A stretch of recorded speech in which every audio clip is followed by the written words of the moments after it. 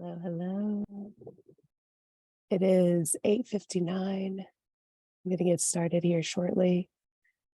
Um, but gonna give it just a little bit of time first. Settle in, get comfortable, and I'll be back in a couple minutes.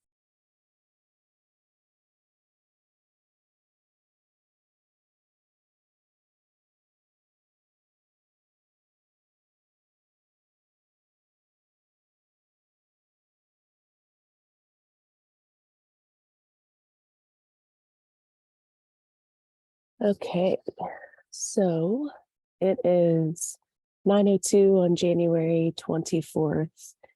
This is the first Mars Day meetup. I'm hoping to launch um, this kind of space for Tuesdays moving forward.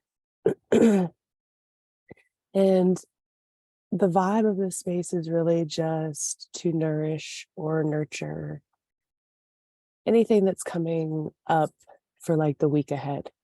I'm going to talk about some of the main transits that will be moving forward in the following days. I would like to pull a tarot card at the end, and these will be recorded and available to patrons. At this time, that's it. It's not going to be public. I really want to try and cultivate the Patreon space. Um, my MC is in Scorpio conjunct Pluto. And so I really like to have a container with boundaries and privacy, not just for myself, but for the other people that are live in these spaces, and vulnerable and showing up and etc. So as of right now, it's going to be just for patrons. So you can come here live. I'm going to start around 9 a.m. each Tuesday, just kind of checking into the space. It's an easy vibe. So, like today, I kind of rolled out of bed. I did a little medicinal smoke. I have all of my beverages here. I have my witch's brew, which is Diet Sprite. I have my water mug. I have my candles lit. I have all my crystals. Um, so it's just my Mars is in Taurus, right? So for Mars Day, for me, it's more Teresian, right? And so this space for Mars Day meetups for me, I wanted it to also be cozy and nurturing, um, pleasing to my senses. And so I invite you to do the same, but also incorporating what Mars is for you, um, where Mars sits in your chart, what other planets it's talking to, the house that it's in, the sign that it's in. All of these things will help kind of layer how Mars expresses in your life and how you can co-create with it. So yeah, so we're here for it. So I'm just going to ramble a little bit about astrology, the stuff that's coming up, hopefully pull a tarot card. And then if anybody's here live, after I go through that stuff, then I'll have some space, some time to meet one-on-one, to do specific questions, to go into stuff. And I haven't decided if I'm going to record that part yet. Maybe if it's like right after and it has to do with the astrology that we just talked about, I'll keep it, but maybe not. Anyway, that's still fluid. I'm waiting for more clarity as Mars and Mercury continue to move around how this, because in essence, it's Mars and Mercury, right? Mars Day, that's what it's centered around. Mercury, connection, communication, so technology. So anyway, I'm still waiting on a little bit of clarity, which is why this is kind of a soft launch, where I wanted to get in, feel the energy, build the container, and just see how I felt within it. So thank you to anyone that is here live and anyone that watches in the replay. I appreciate you being here with me for this journey that continues to evolve. Okay.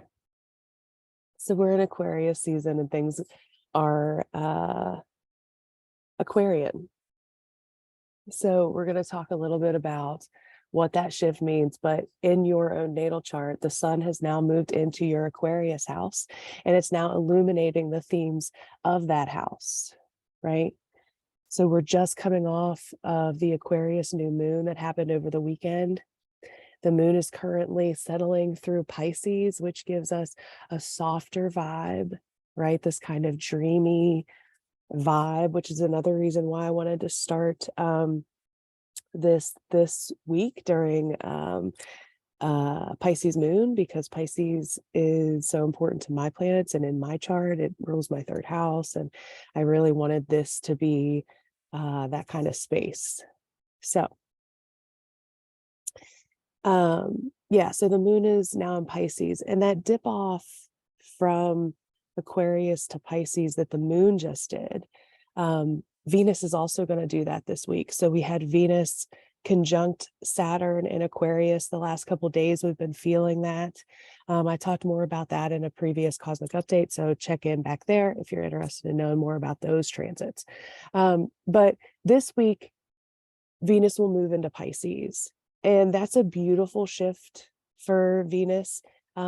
Venus is a little more cold, harsh, detached when it's in Aquarius, can be. It can also be very future forward, very like innovative in relationships and finances and ways to make our desires and our values and our needs and our wants all kind of come together.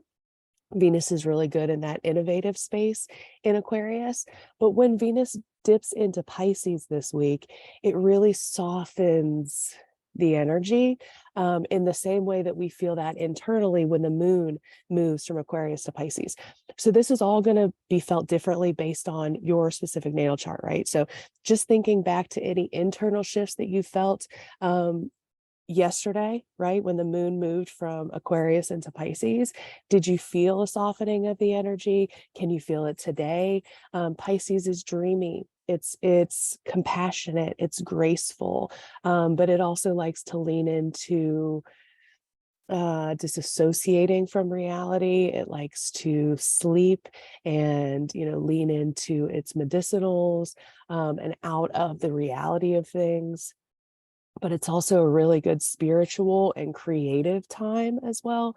And when Pisces moves into Venus, we're going to feel that when Venus moves into Pisces, we're going to feel that even more so this week. So that's one of the big shifts that we're feeling this week, that from Aquarius to Pisces. So in your chart, if you have a lot of Aquarius energy, you may have felt more comfortable with Venus and the moon in Aquarius. And when it dips into Pisces, it may give you an uncomfortable, gooey feeling, like it might just not be what you're used to. And so you struggle more.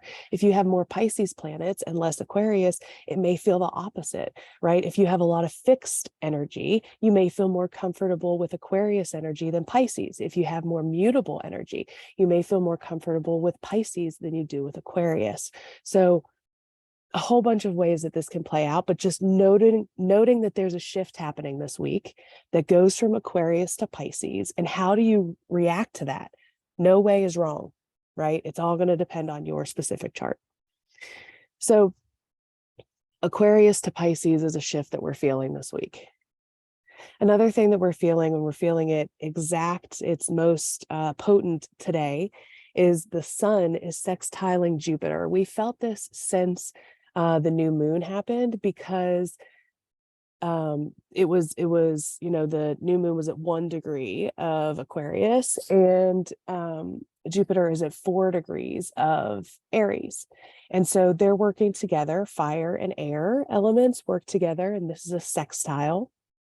And so they're partners in whatever this is. So they amp each other up, right? The sun is our vitality, right? Jupiter expands everything that it touches. So this can be a really exciting energy, really uplifting energy with the Sun and Jupiter coming into a sextile together. But again, we've been feeling that since the weekend, and it's been building potentially.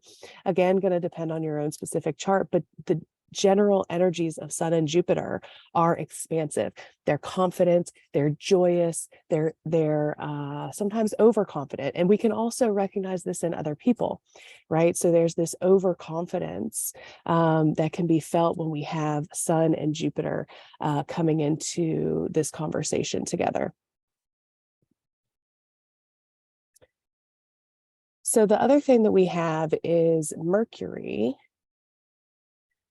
Mercury is coming out of its retrograde, but it's still very much in its shadow. It's still at 8 degrees, 9 degrees of Capricorn. And this week it's going to square Chiron and also trine Uranus. So we're going to get into more of what that means as we go forward. But there's some cute trine energies that happen at the end of the week. And trines are normally, if they're by sign trines, it's going to be element to element. So an earth sign with an earth sign. So the trines that we have at the end of this week are Mercury in Capricorn, which is an earth sign, and Uranus in Taurus, which is an earth sign.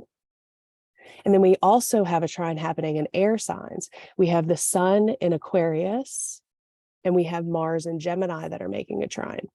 So we'll talk a little bit more about these, but there's some trails that we can also take with these trines. So some different dates that I'll give you at the end that you can maybe go back and just consider what themes are consistent as you move forward, or not. Like, take it or leave it. All right, so we're going to pull all of that stuff up in the charts for anybody that is here with video. But we'll also talk about just kind of starting with the shift that we had last week into Aquarius season. And so what that means is the Sun has now ingressed into the Aquarius house of your chart.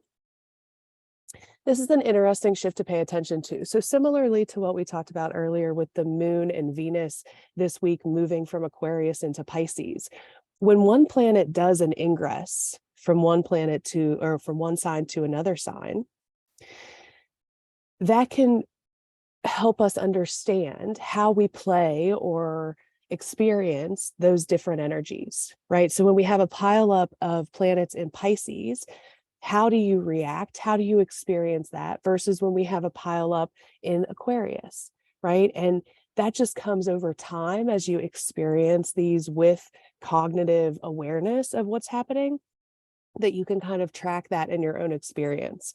But so this week we have the Moon and Venus moving into Pisces, but we also have another shift that's happening with the Sun that's just moved into Aquarius. This Aquarius season has the opportunity to show us what Pluto is going to be doing over the next 20 plus years as it moves into Aquarius.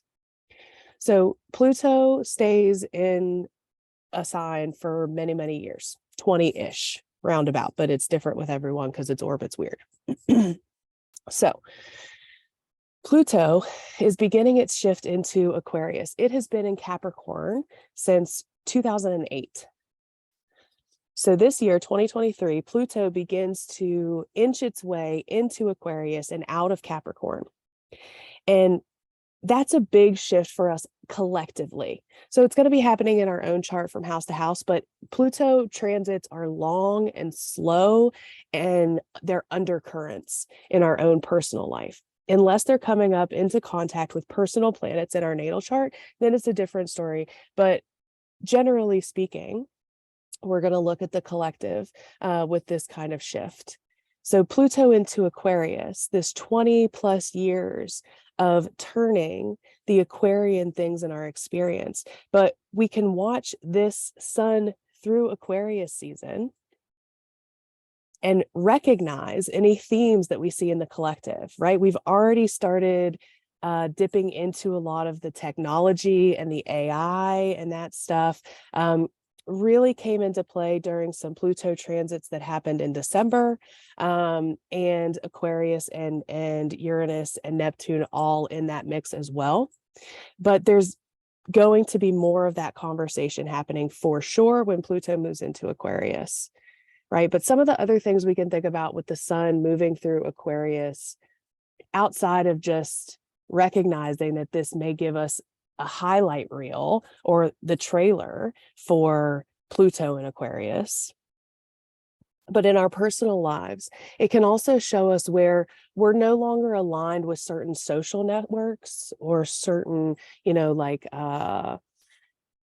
maybe you've gone through and shifted some people you're friends with online on social media or groups that you're in, right? Aquarius is very much about our social groups.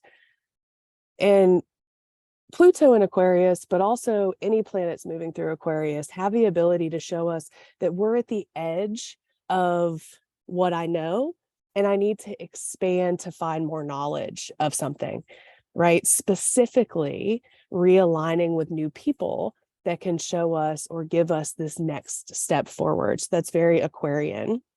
So just considering in your life where you feel like maybe you've outgrown some things and you just need to expand to get to the next step of something. And also Aquarius is fixed air.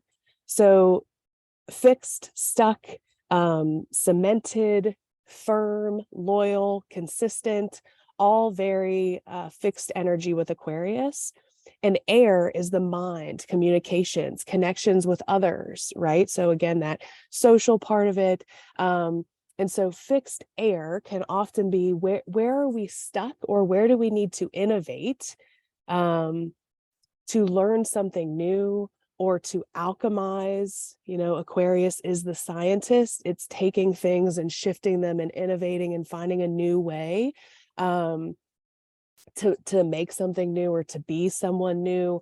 But where are you stuck, or where could you find somewhere that you could innovate? And this can be in our beliefs. This can be, again, depending on where the Aquarius house is in your chart, the themes that are coming up there may show us where we're a little bit stuck and need to find some way to innovate or learn a different skill. We can tie this into the technology of things, because Aquarius is tied to technology. And this can be like, where do we need to adapt, right? When we think about, again, taking this then broader to the collective with Pluto moving through Aquarius, where are we going to need to adapt with the consistent changes in technology, with the consistent changes in AI, right? What jobs are going to change? What things are going to be different that we need to adapt to, right? One of the things that we're learning over this time is how to adapt. And I think a lot of us, especially those of us that are neurodivergent, really struggle with change. I mean, it's a very common thing with neurodivergent folks, that change is difficult.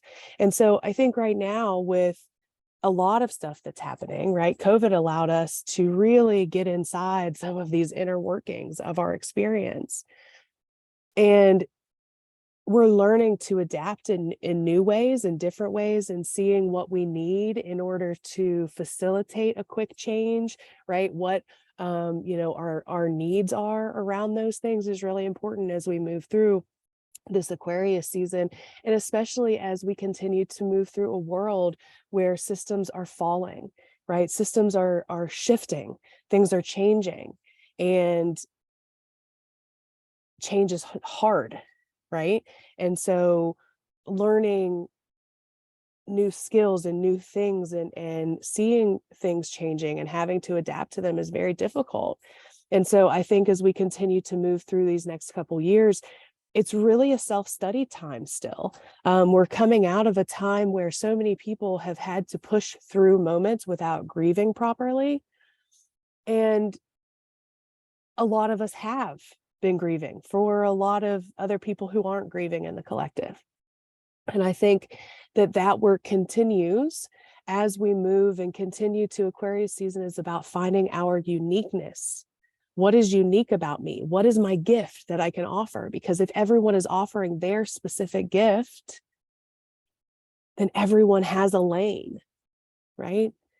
And when you have a lane, I can say, hey, I have this person that needs this thing, and that is your lane, and you are the one to go to, right? In my community, in my space.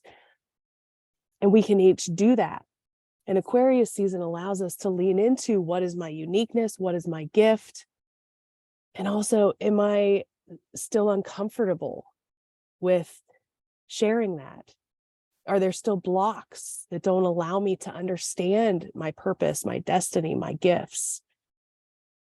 That's real. Some of us are still moving through what that looks like.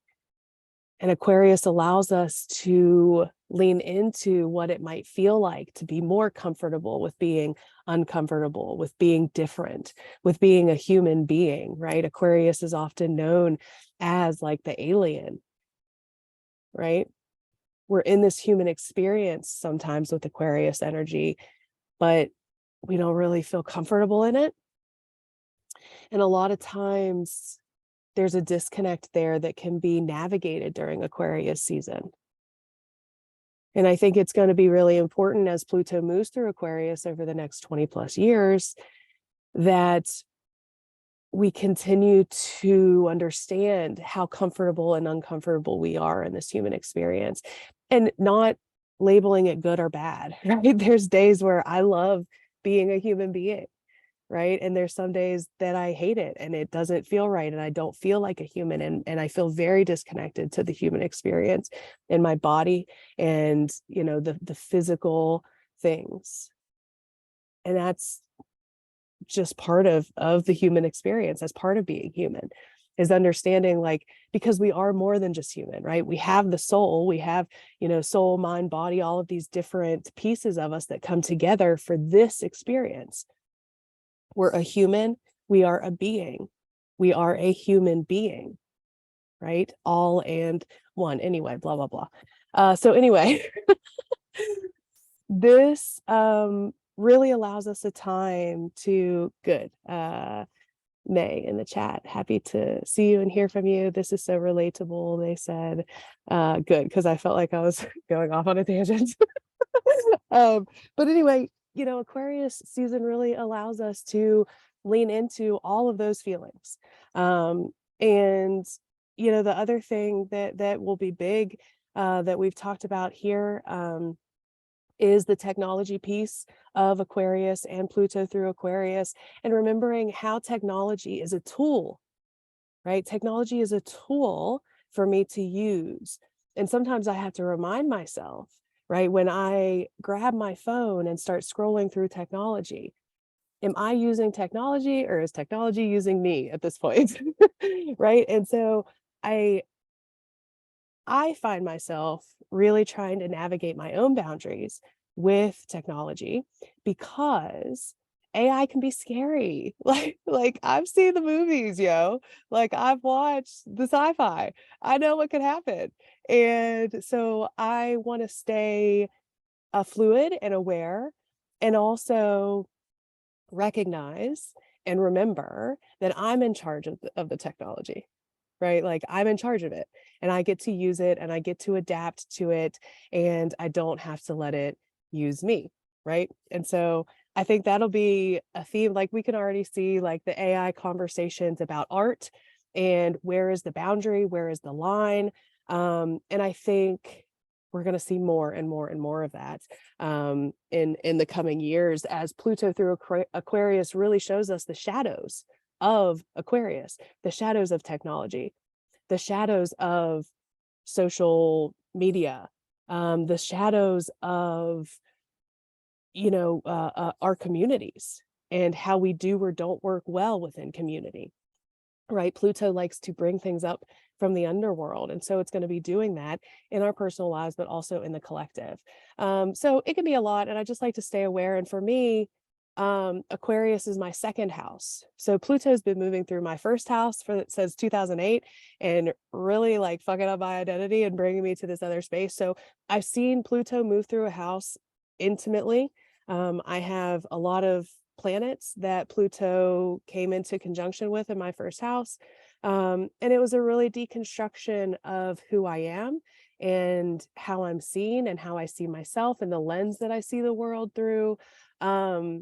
shattering moments, but I sit at this side of it, right? Like we can always look back and be like, wow, I'm glad I got here. But in those moments, it can be heavy and a lot. And those moments are what brought me to these spaces. So I love Pluto. And I can also recognize the fear and the concern and the worry that can be brought up with Pluto. And the invitation that I have anytime anybody works with Pluto is to do everything you can to loosen your grasp, right?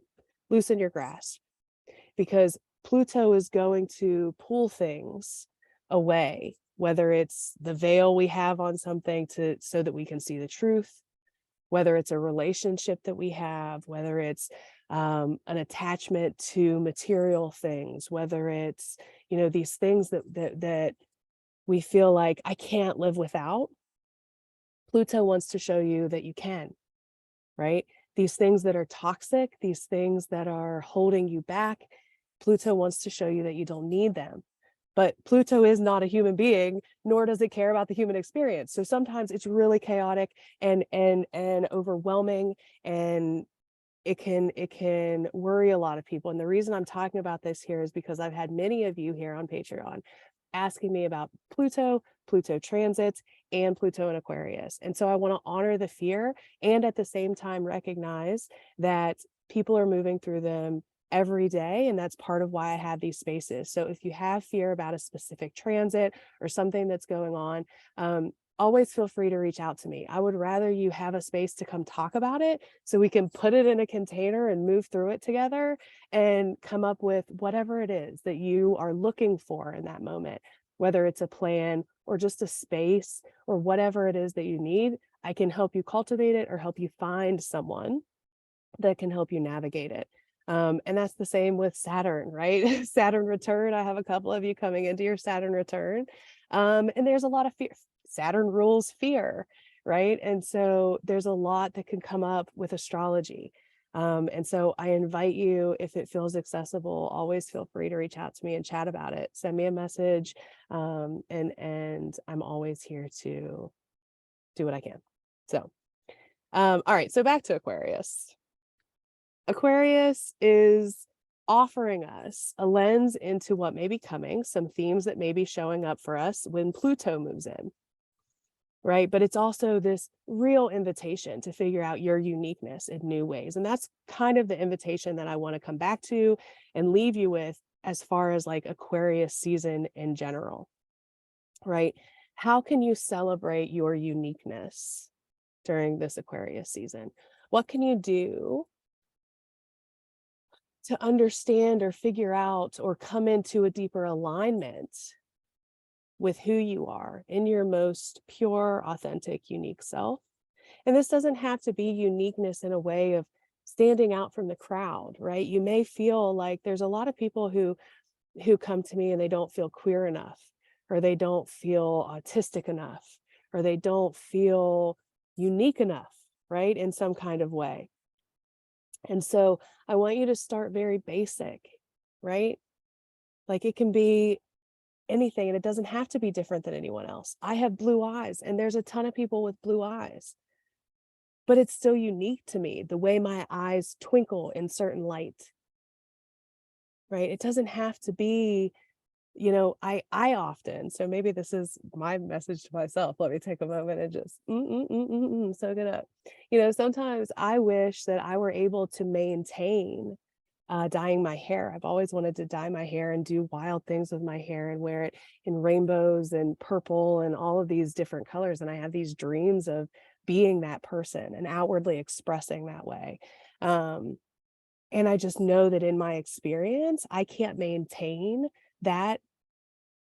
And it's a whole sensory thing for me. Like it's a whole thing that I'm working through. And I'm not at the point yet where I can outwardly express as fully as I would like to, right? There's a whole bunch of body stuff that we work through, a whole bunch of image stuff that we work through. So it's not just uniqueness in the way that we look. It's not just uniqueness in these different things, but I also love in a very unique way, right? I'm able to see people in a very unique way. And these are things that I've learned about myself. Thanks, Pluto.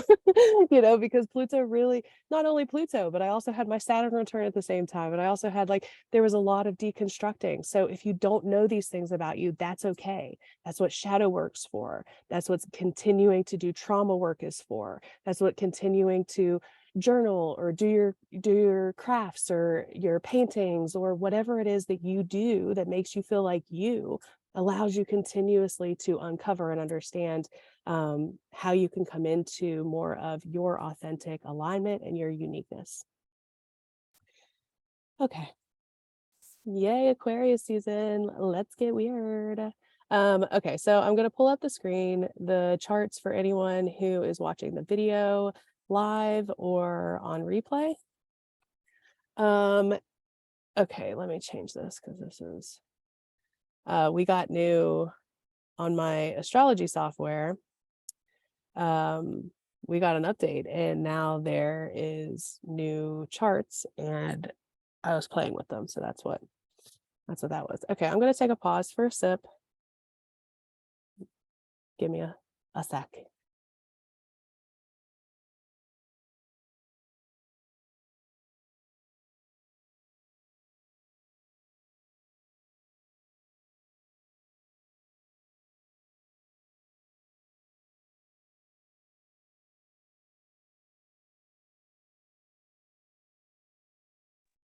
Okay.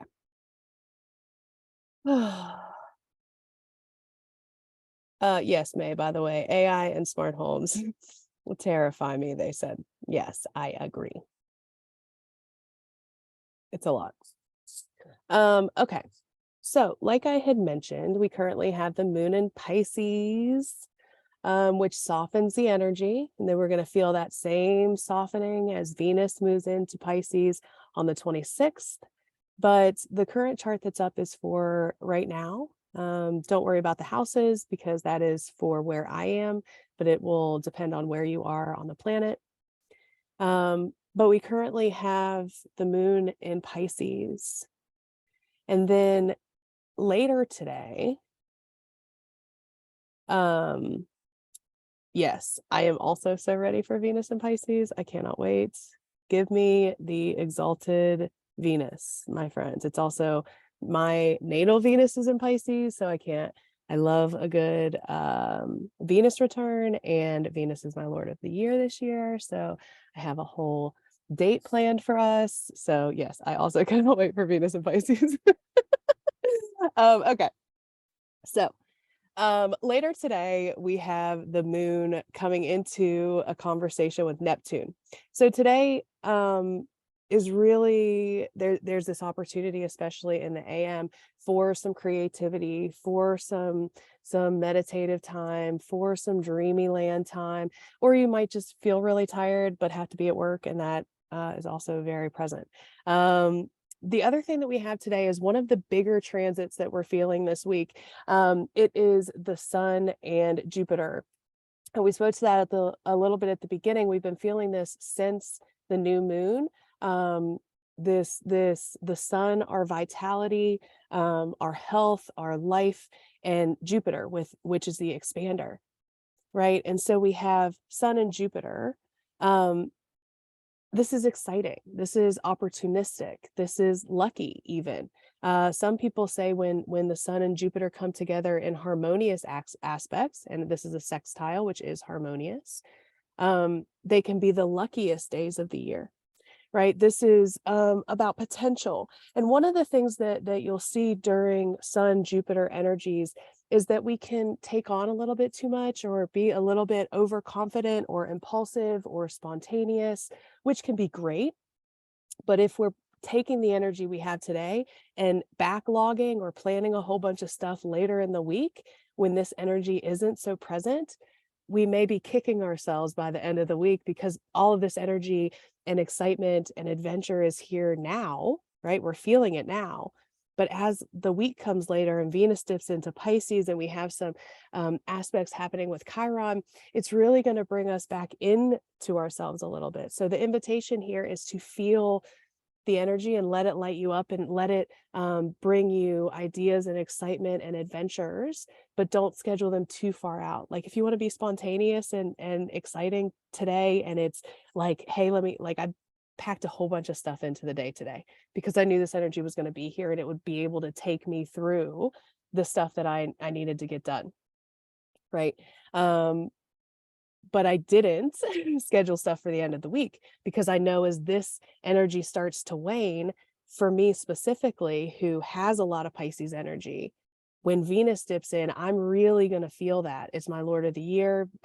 Pisces holds a stellium in my chart, and et cetera, et cetera, et cetera. So I know that I'm really going to feel it.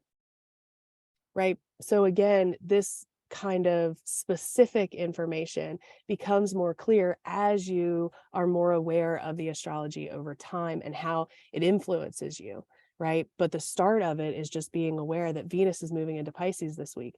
Recognize how you shift in the way you change, considering relationships, finances, our desires, our self-worth, right? Venus things, right?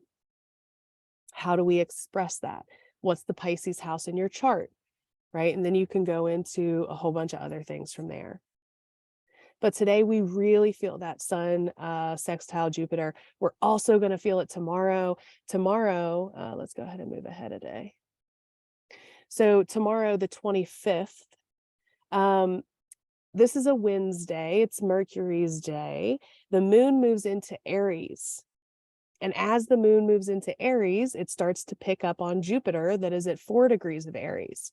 So the moon moving through tomorrow is going to then bring that same kind of Jupiter, Sun, moon energy that we've been feeling since the new moon. So it's going to continue to kick that up. So if you have some more stuff that you want to get done tomorrow, this energy will still be available. Okay, keeping in mind that this is a new emotional cycle as well when the moon moves into Aries. And this reactivation of the new moon stuff, right, can bring us back to some of those Aquarius themes that we talked about before as well, because the sun is still very much hanging out there. And then that's really the main thing on this day. But we're coming into an interesting conversation with Chiron. Chiron gets really activated in the later part of the week, and Chiron is the wounded healer. Chiron activates the patterns within us that indicate where our deepest wound may be. And these are wounds that aren't necessarily something that we're going to heal fully in this life. Chiron, the wound of Chiron often doesn't get fully healed. It's something that we carry and continue to nurture and soften that kind of wound, but it stays a wound our entire life. And it allows us a vision, a why on part of our purpose and our desire. So when Chiron is activated, it allows us to come deeper into what we're here in this life for. And so, each of us kind of have our own different beliefs and understandings around that. And Chiron, there's so many ways that it can be expressed. So as we move into Thursday, the 26th, this is the day that Venus moves into Pisces. And generally, Venus moves into Pisces, that's its exaltation. We talked about it a little bit in, I think, the last cosmic update or so, but when a planet is in its exaltation, it means it's lifted up, right? It's resourced, it likes to be there, right? Venus in Pisces is very romantic. Venus in Pisces is very vulnerable and soft and intuitive and sensitive to all things, not just emotionally, but sensitive to the surroundings, the energy, the vibrations. And so collectively, we feel this dip into this softening as Venus moves into Pisces, which I love. So I'm excited for that. This is a really good time to, I love this I love this pass with Venus through Pisces, because next year, when Venus moves through the whole zodiac every year, right? So Venus moves through Pisces each year-ish. But the next time Venus comes through Pisces, the next few times that Venus comes through Pisces, Saturn's going to be there. And that's a different vibe because then, Venus is still exalted there, but Saturn's there. And it's like, I have this weird roommate in my awesome hotel room, right? Like, I don't want this weird Saturn person that doesn't understand Pisces energy. I'm trying to float in this hot tub. And there's this weird Saturn dude here, So, like, it's a different vibe next year. So, this year, as Venus moves through Pisces, it's just with Neptune. And they're just hanging out in Pisces. So I love it. I love it for Pisces Venus things. Which is, I mentioned a hot tub. Pisces is often known as Jupiter's hot tub, right? Jupiter rules Sagittarius and Pisces.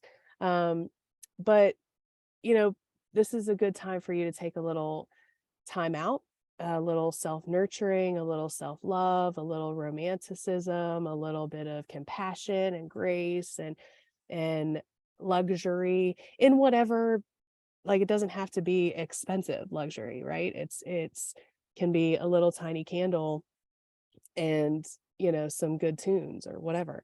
But just taking a little bit of time to soften around some of the harshness that has been felt, um, could be nice and available over this swing of Pisces, Venus and Pisces. And that lasts not long enough. I think Venus moves out of Pisces in the end of February, I think, mid-February. So it's kind of a quick pass through.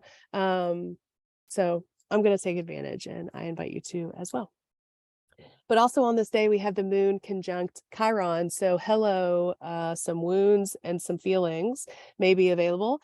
This is an ouchie, a little reminder of lessons or something, some shadow work that may still need to be done, some nurturing that may still need to be done.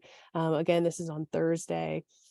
Anytime that Chiron is available, there's an opportunity to forgive. And I want to talk about forgiveness for just a moment, because I'm also taking courses and training for my death doulaship. And one of the things that we're learning about a lot is forgiveness, and how at the end of life, it is the number one thing that people talk about is forgiveness. And so when I talk about forgiveness here, I want to recognize that I'm not talking about forgiving anyone else. Like, people are shit a lot of times and they don't deserve our forgiveness.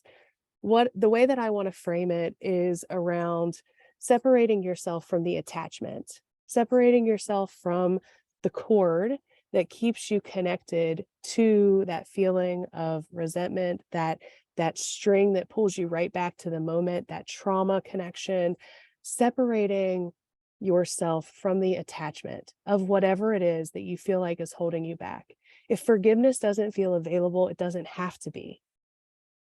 Forgiveness can look a lot of different ways, but the root, the importance, I feel, is that you detach yourself from what is keeping you connected to that wound. And so when Chiron is activated, it's an opportunity to forgive and heal on whatever level of forgiveness it is. If it feels accessible to forgive someone, great. If it doesn't, great. Meet yourself where you are in the moment, right? But don't allow that connection, that attachment, to continue to pull and suck your energy. And it's a releasing over time, right? There's a core wound that I've been working with Chiron and Scorpio energy with for years. And I continue to release the attachment. And this is a year-long, lifetimes long patterns that we're breaking. They have a lot of energy connected. So sometimes it's not as simple as, I'm going to disconnect from this energy and la da da da. Like, I'm doing cord rituals, with eclipses for years and years to get rid of now some wounds, some attachments gone as soon as poop, done, do it, do a little mental, visual cord cutting, physical cord cutting, any kind of that trauma work. Some of them are very easy, and that's where I would start if you're not familiar with what I'm talking about with detaching yourself from like cords and energy attachments. We can get into that separately, but it's a process. And so Chiron being so active at the end of this week, for those of you that are into any kind of spell work or magic or energy work, it's a really good time to navigate some of those attachments that we have that are continuing to cause us pain, continuing to be raw spots for us, and just honoring them and discussing what forgiveness looks like for you. And what your definition is with it, and kind of, there are words that are like trigger words for me, and forgiveness used to be one of them, right? So I really had to rework it in my mind, because I didn't want to keep being triggered every time someone said to forgive, right? So in my mind, I recognize, well, what are they actually saying, right? And so that's where I kind of reframed, and lean into that detachment of whatever that experience is that is continuing to take up space, right? My husband used to tell me, like, things that we're letting live rent free in our mind, right? And he didn't make that up. I'm sure that's a thing from somewhere. But what are you allowing to live rent free in your mind? And how can you navigate? Sometimes it's putting them in a separate little apartment over here, out of the way, right? Like, okay, I can't get it out of my mind, right? Because sometimes we can't help that. We can't help what is taking up our mind space.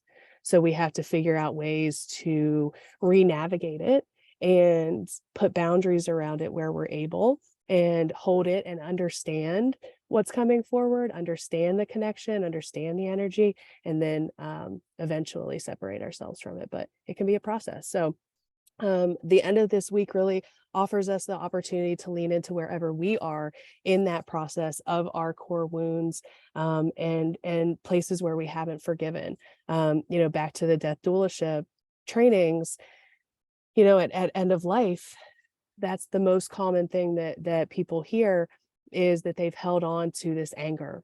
And it wasn't about the other person. It was about, I held on to this anger.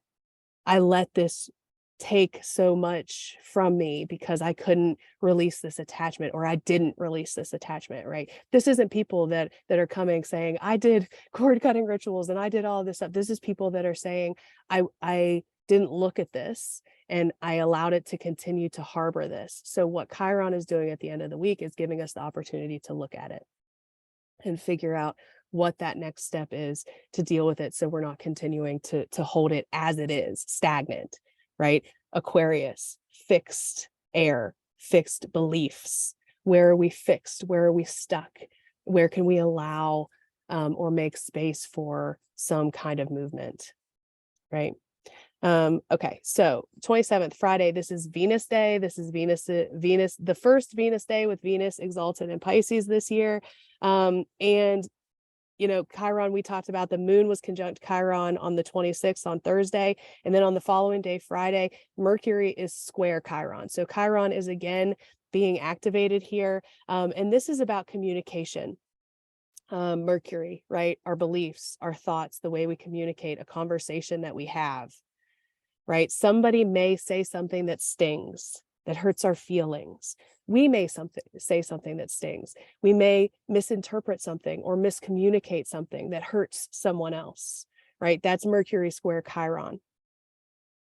So there may be something coming up here that stings. My invitation around these days and these wounds, especially with Mercury square Chiron, is breath work. Mercury, holds our breath, Venus as well, but Mercury is the lungs and the breath that we use to speak, to express, to communicate.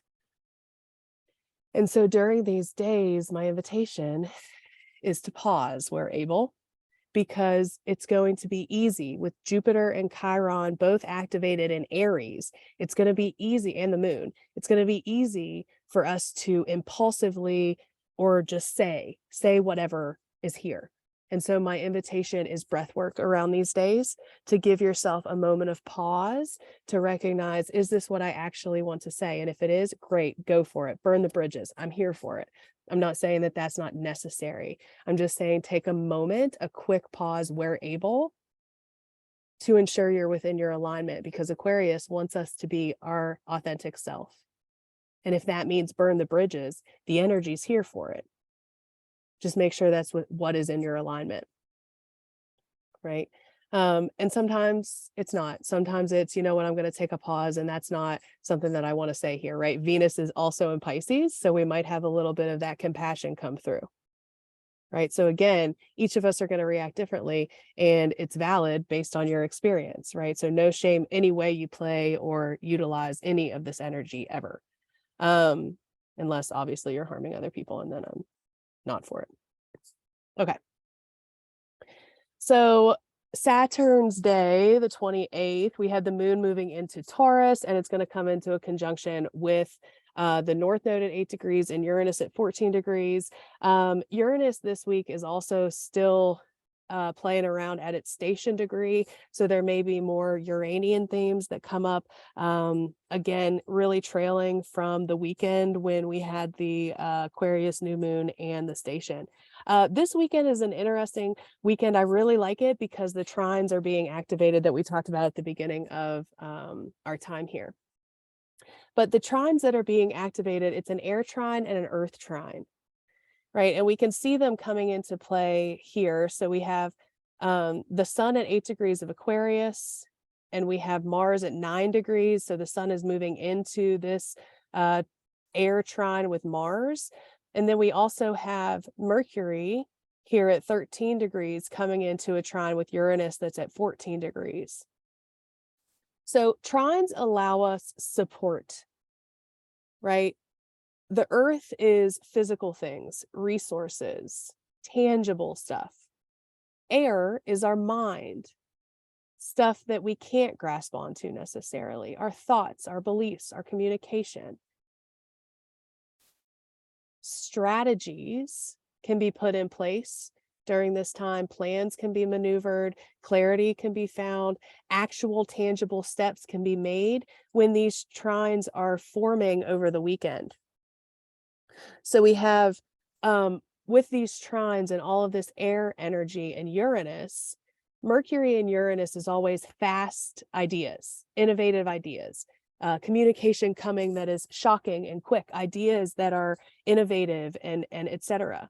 So we may want to jot down some things. I have a place in my notes where I take notes of random ideas or thoughts that come to me over time, because these ones are quick, especially in this air earth trine, right? We have supportive energy to do something here, to come up with the next part of the plan, or to even do the next part of the plan, right? With the earth trine, we're connecting dots. We're able to do some practical, useful steps forward during this time. And that's really the energy that we're feeling for the weekend. You can see here, Mars is finally at 9 degrees off of its 8-degree station. Mercury is at 14 degrees. It's halfway through its shadow, so we're getting out of Mercury's shadow, which is yay. So there's some movement that we're starting to feel towards the end of this month and the end of this week. And then on Monday, Moon Day next week, we had the moon moving into Gemini. And this is again, so we're starting the week with moon in mutable Pisces, and we're ending the week with moon in mutable Gemini. So again, back to what I said at the very beginning regarding adaptability and changeability. Mutable signs are about adapting. The mutable signs are Pisces, Gemini, Virgo, and Sagittarius. And they are at the part of the seasons that change from one season to another. These signs are about change. They're about duality. They're about adapting and maneuvering. They're the mirror signs, right? And so there's a lot of fluidity around this week, a lot of invitation to play with what adaptivity looks like for you. Do you feel adaptable? Do you feel like you've had any movement around that? Like for me, I feel like I've really had to, not only with this life living in an RV, but there's been a lot of changes that have happened for me over the last 3 years, 2 years specifically. Well, yeah, 3 years, I guess now, that have made me have to understand what I need in order to have changes in my day. what flexibility means to me, what flexibility in my life and how I can cultivate that and how I'm not able to yet and how I want to in the future. And so again, not labeling your process any kind of way, just recognizing where we are in that process of being able to shift and adapt and change and our feelings around that, right? Any shame that we have around that, right? Mars is there at 9 degrees. So there might be shame around how much we can do and how much we can shift and how much we can change. Mars is retrograde in Gemini has probably brought up and shown a lot of things around adaptivity and choices and focus and, energy levels. Um, our disabilities physically and also neurologically. So a lot of stuff here as the moon moves into Gemini and we start next week, that can come up around the mind, like our thoughts around things. As the moon moves through Gemini anytime, but specifically as it's coming through while Mars is still kicking around that stuff, in early Gemini can really bring into focus some of what we've learned about ourselves, what we've learned about our experience over specifically the last 7 months while Mars has been moving through Gemini.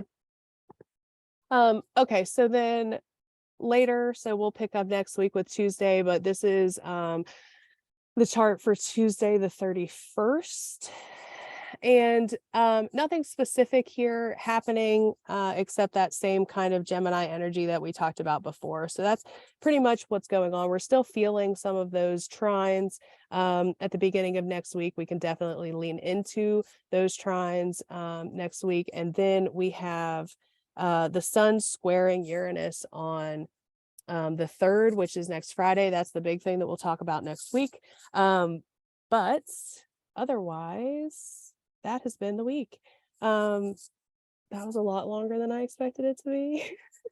I guess I didn't really have any expectation.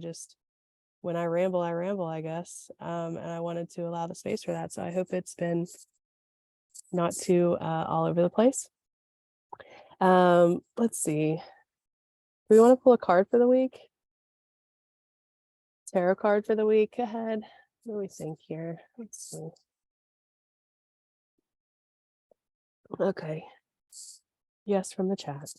All right. All right. Yeah. Let's use. I'll use the new Fifth Spirit since May's here, and you also have this deck. All right. Fifth Spirit Tarot. We're just looking for a card. There's going to be multiple people watching, so just one card for the week ahead. So many messages that can come in one card. I also love the deck. Such beautiful imagery. Yes, I know. I'm still just playing with it. I have a couple readings that I need to get done with it, but I'm still really just playing with it. Okay. Oh, I love this, actually. Not a card that I expected. All right, so I'll show it for anyone watching the video that wants to take a moment to tap into what comes up for you intuitively.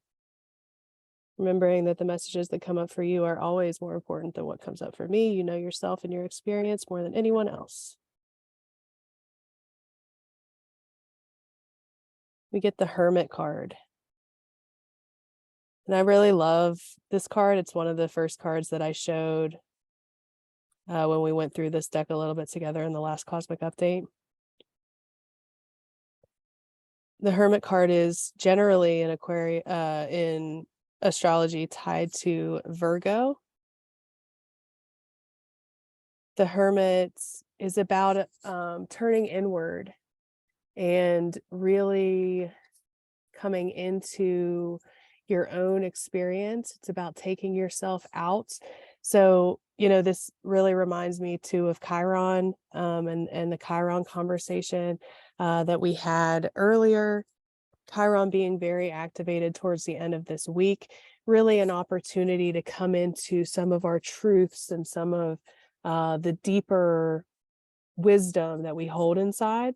And the thing about detaching from old energies and forgiveness and all of these things is about making space and deconditioning and decolonizing work and shadow work. All of these things that we do are about uncovering our truth. Who are we outside of the projections of our parents, of our family, of our society, of our culture, right? Of our teachers, of our, all of these things that we've come into contact with over our experiences, our trauma. Who are we outside of all of those things? And the Hermit card really asks us to remove ourselves for a moment, to get in touch with ourselves, to understand ourselves, to find ourselves, to journey with ourselves into the wild, into the nature, right? The Hermit card is an invitation to get out into nature.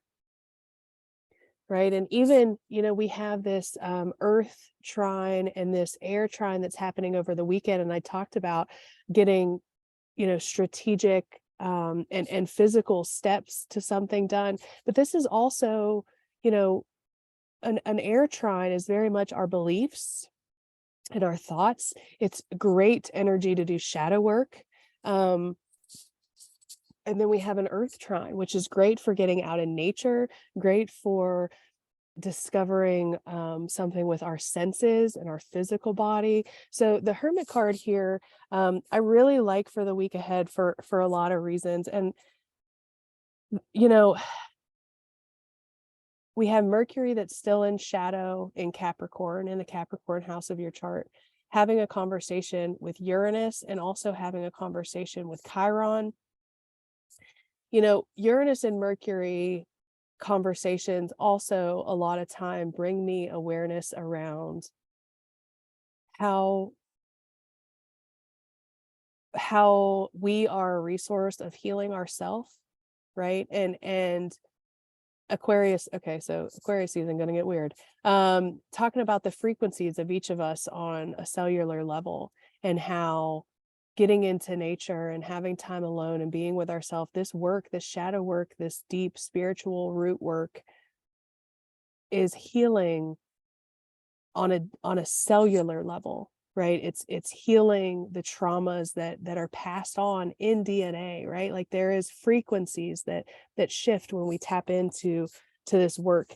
And that is the work of the Hermit. The Hermit goes out and it finds its truth. And then the Hermit, similar to Chiron, is often the one who brings the lessons and the truth and the wisdom back from its journey, right? The Hermit goes out and it goes on this journey and then it comes back and it has this new awareness and it can shine that light for others, right? And Aquarius season offers us that. But this weekend, we also have, the end of the week, we also have this Chiron stuff. And then this weekend, we also have these trines that also allow us to bring deep spiritual wisdom, archaic wisdom that we hold within us when we're able to tap into it. And that means clearing out space and doing all this pre-work to get there. So the Hermit card here, really just an invitation this week to tap into where you are on your process and how you can find more space and more time to get to know yourself, to take yourself out of the auras of other people, out of the auras of society. And if you're not able to get into nature, that's okay. Can you make a little blanket fort, right? Can you take a chair and put it and face a little space? Like what can you carve out in your experience that allows you a space that's only yours? What does that look like? And if you don't have a space like that, feel free to reach out and we can brainstorm some ways that might work for you. But it's so important in this journey to be able to take yourself out of life for a moment and sit with yourself and understand yourself. It's the understanding the difference between loneliness and aloneness, right? Aloneness is being alone with yourself and feeling fulfilled. That's the Hermit card. Loneliness is being alone and feeling empty, feeling alone, but not feeling fulfilled. Right? The Hermit card is the difference, finding the difference.